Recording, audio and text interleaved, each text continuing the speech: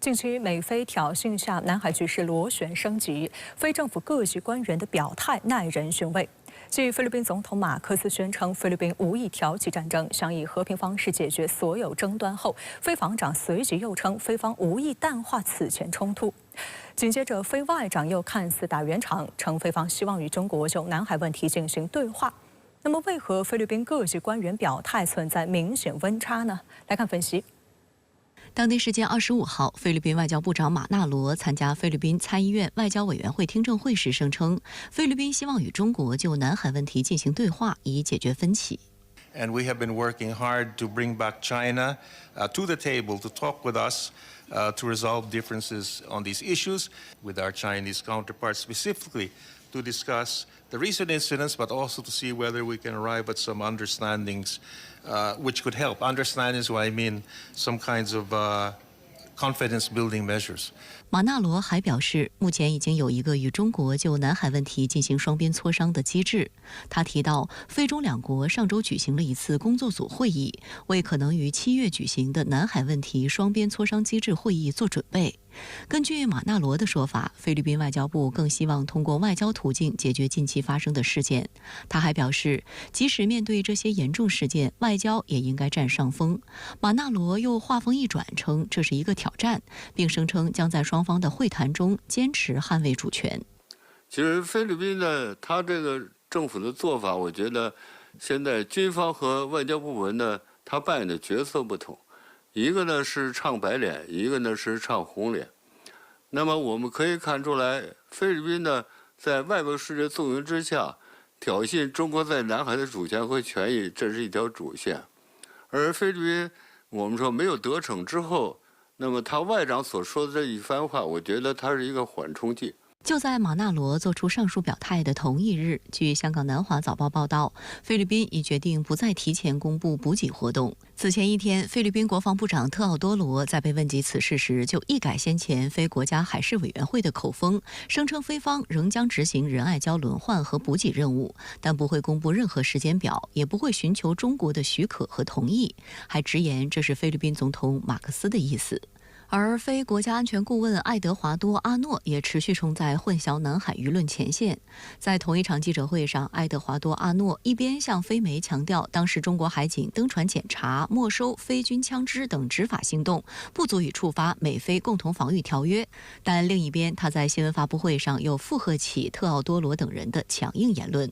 特奥多罗等非官员在记者会上表态，几乎全盘否认了菲律宾总统府对仁爱礁冲突息事宁人的说辞。23号，菲总统马克思声称，菲律宾无意挑起战争，希望通过和平方式解决所有争端。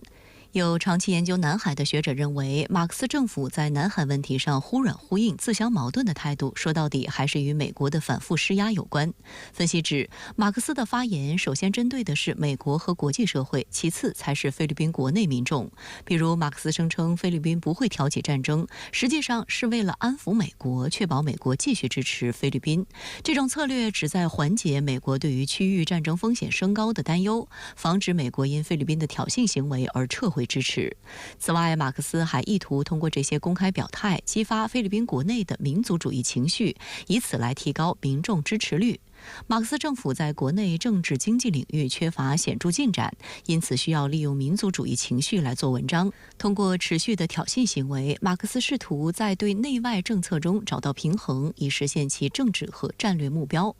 在24号的中国外交部记者会上，发言人毛宁强调，中非涉海争议的是非曲直十分清楚，中方已多次介绍了情况和中方的严正立场。如果菲方真的愿意依照国际法行事，首先就应当遵循确定菲律宾领土范围的包括1898年美西和平条约等条约的规定，遵守南海各方行为宣言。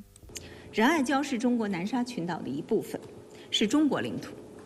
菲方应当停止侵权挑衅，尽快回到通过谈判协商妥处涉海分歧的正轨，同中方相向而行，维护好南海的和平稳定。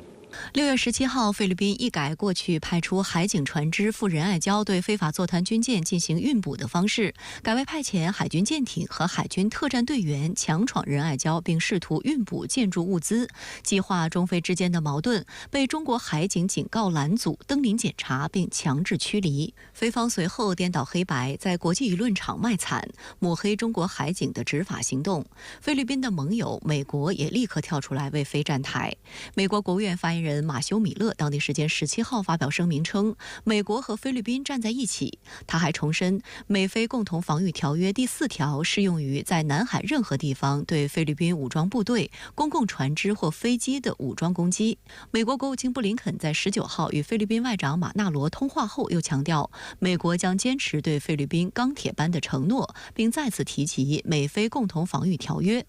在24号的一场智库活动上，美国主管东亚和太平洋事务的常务副国务卿坎贝尔直接声称，目前各方都认为是对方在试探自己的底线，现阶段最重要的是要坚定立场，公开明确地支持菲律宾，公开和私下都明确表明我们认为维护和平与稳定至关重要的立场，然后贯彻下去。That the Philippines are very cautious at this juncture. They do not seek a crisis with China. They are seeking dialogue, they're seeking discussion, and they want the United States to be purposeful with other allies and partners about our goals to maintain peace and stability and to send a very clear message of deterrence and reassurance, and we have done so. 事实上，美方近期频繁提及美菲共同防御条约的有效性，也引起各界讨论。有美国媒体引用英国剑桥大学的论文澄清说，美菲共同防御条约其实并不适用于南海问题，因为1951年该条约签署时，菲律宾并没有对南海相关领土岛屿进行任何形式的声索。1975年，时任美国国务卿亨利·基辛格还进一步澄清，指该防御条约不适用于南沙群岛中菲律宾军队遭受攻击的情况。美国在整个南海，它的根本利益来讲，是把菲律宾作为美国印太战略的一个战略支点，所以在这种情况下，美国的话呢，它一定会站在菲律宾一方。南海地区的各个国家要看到美国真正的用意是什么。观察指，共同防御是美国控制盟友的一种手段，其根本目的是服务于美国的战略利益，而非保障盟友安全。这些盟友往往因被利用而面临更大风险。日前，美国前海军陆战队情报官员斯科特·里特有关南海问题的公开表态，就印证了上述说法。他向菲律宾喊话指，与中国展开外交接触，不要继续被美国利用。We are using you. You are a tool, nothing but a tool. And when the tool ceases to be useful, we will discard you. And discard you means usually after a war that devastates you.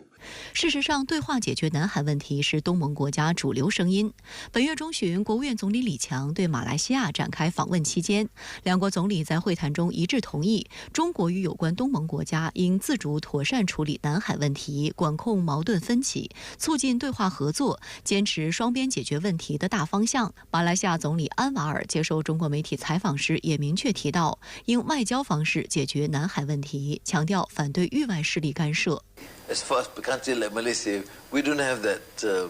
mindset of China phobia. We consider that an important neighbor, great trading partner, and we don't have problems. 菲外长马纳罗25号又改口了，称菲律宾希望与中国就南海问题进行对话，以解决分歧。那您对此怎么看？为什么菲高官近来的表态不断在摇摆呢？我们看到，随着中方加强在南海的反制力度，菲律宾关于中菲南海摩擦的调门在不断降低。菲律宾国家海事委员会主席贝尔萨明近日就表示，6月17日菲律宾军方与中国海警的对峙可能是误会或意外。菲律宾外长马纳罗在参议院听证会上透露，中菲可能于7月举行南海问题双边磋商会议。在当前情况下，中菲双方需要开展对话，如不进行对话，而任由事态继续发展，新的冲突就可能会出现，而且可能比上一次更严重。可以看到，从激光和危险动作，再到针对民用补给船的碰撞和水炮打击，以及最近针对政府船只的冲突，近期的海上摩擦在一步步激化。因此，菲律宾希望通过外交途径解决与中国的分歧，表明菲律宾在经过此前与中方的较量之后，认识到中方的坚决维权的态度，意识到单靠海上挑衅是无法达到目的的，强硬立场有所软化。但我们也注意到，菲律宾外长同时也叫嚣称，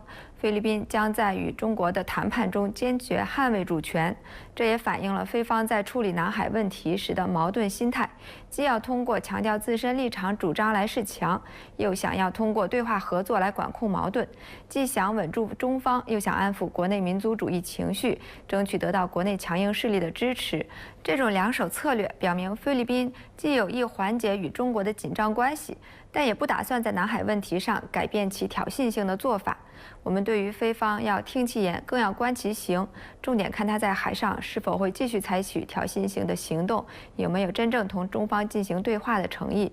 美国常务副国务卿坎贝尔近日又扬言要给菲律宾明确支持，美方频频为菲律宾非法闯礁事件站台，背后的动机到底是什么呢？菲律宾政府一改前任杜特尔特时期较为温和的南海政策，在南海问题上展示强硬。最主要的外部因素就是美国的挑唆鼓动。菲律宾当前在南海频繁制造事端并炒作舆论，背后显然离不开美国的怂恿和支持。美国把菲律宾作为代理人，怂恿挑衅、煽风拱火，为自己捞取好处，企图通过炒作南海问题破坏中国与地区国家的关系，以实现其围堵遏制中国的地缘政治目的。美国多次为菲方的挑衅侵权行动站台，包括在菲律宾挑衅行为遭到中国现场处置后，发表谴责中国的声明，动辄以履行美菲共同防御条约来威胁中方。菲律宾受到拜登政府强化美菲同盟的鼓励和唆使，冒险性投机心理和赌徒心态有所增强。可以说，美国向来是唯恐南海不乱，而马克思政府与美国勾连，也使得菲律宾成为目前东南亚唯一选择与中国对抗的国家。但美国虽然乐见中菲南海摩擦不断，从而可以顺势加大其在南海和台海上的战略布局以及对中国的打压，但它还尚没有做好与中国在南海进行军事摊牌的准备和决心，更不愿意为菲律宾火中取栗。美国在言论上调门极高，但在行动方面还是极为谨慎，在前台与菲方行动保持距离。美国对菲方在南海的野心和中国的相关底线是非常清楚的，既不想过度给菲律宾壮胆，同时也不希望引发中方的误判。这就是当前美国在南海问题上的图谋和盘算。俄罗斯防长别洛乌索夫25号同美国防长奥斯汀通电话，这是俄美防长1年多以来首次通话。双方围绕乌克兰问题各自阐述立场，分歧较大。双方承认这一通话由奥斯汀发起。那么，美俄防长为何此时通话？在美国持续对乌军援并进一步放宽原武器攻击俄本土的背景下，这次罕见通话将对俄乌战局产生何种影响？来看报道。据俄罗斯国防部的通报，别洛乌索夫应美方要求同奥斯汀通话，双方就乌克兰局势交换了意见。别洛乌索夫表示，由于美国继续向乌克兰武装部队供应武器，局势有进一步升级的危险。美国国防部发言人莱德则发表声明说，这是别洛乌索夫5月出任俄国防部长后美俄防长首次通话。五角大楼方面还表示，美国现在和将来都没有向乌克兰派遣美军的计划。莱德在25号举行的记者会上也承认，此次通话是由奥斯汀发起的，但没有具体说明通话的原因。Separately, Secretary Austin also spoke by phone today with Russian Minister of Defense Andrei Belousov. During the call, the Secretary emphasized the importance of maintaining lines of communication amid Russia's ongoing war against Ukraine. 此次罕见对话备受外界关注。美俄防长上一次通话则是在去年3月，当时俄防长还是绍伊古。深圳卫视梳理发现，自俄乌冲突爆发以来，包括此次通话，美俄防长的直接沟通共进行过5次，美方多次在通话中强调了保持沟通的重要性。第一次是在2022年5月，第2、3次是同年的10月。双方当时在3天内进行了2次通话。路透社在报道中形容，美俄双方对此次通话的描述大相径庭。纽约时报的报道指出，自俄乌冲突爆发以来，华盛顿和莫斯科之间的沟通就变得很少。俄罗斯高级军事和国防官员与美国同行之间缺乏沟通，加剧了五角大楼对误判风险的担忧。